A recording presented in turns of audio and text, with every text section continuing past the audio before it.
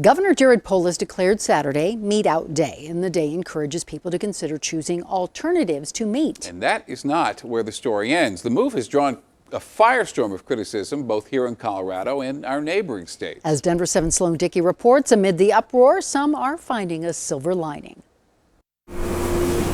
They got that punch to the gut. Outrage among cattle ranchers who say their industry has been targeted. I think there is a level of frustration and a level of feeling not understood by our producers. In February, Governor Polis signed a proclamation declaring March 20th as MeatOut Day, calling for Coloradans to abstain from consuming meat.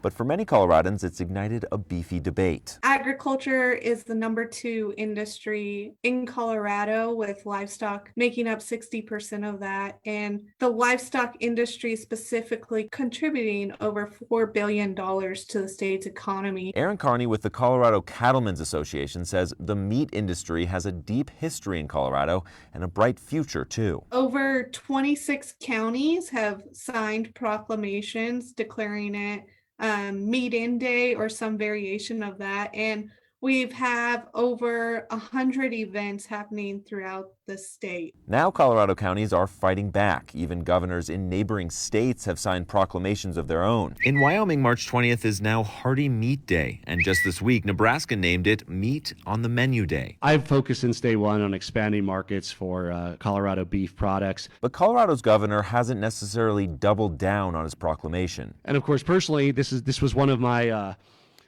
quarantine hobbies, was learning to really develop techniques around cooking some of the underappreciated cuts. Telling reporters in a press conference that he meant no harm by the proclamation. We do hundreds of these proclamations. People feel we do Colorado Ag Week, and we'd love to have a Colorado Beef Appreciation Day. The debate hasn't been all bad for Colorado ranchers. They say it's drawn lots of attention to their industry online. Our social media kind of blew up on this. It's not only about the animals, there's also implications for greenhouse gases. There's other kinds of things that kind of are involved with that agriculture. Even so, Roland Halpern of Colorado Voters for Animals says he doesn't see the proclamation as an attack. Maybe for one day a week or one day a month, or in this case, it's a proclamation for one day in a year to simply consider the alternatives to meat. And maybe we can all eat in peace on March 20th. If you're going to meet out on the 20th, great. And if not,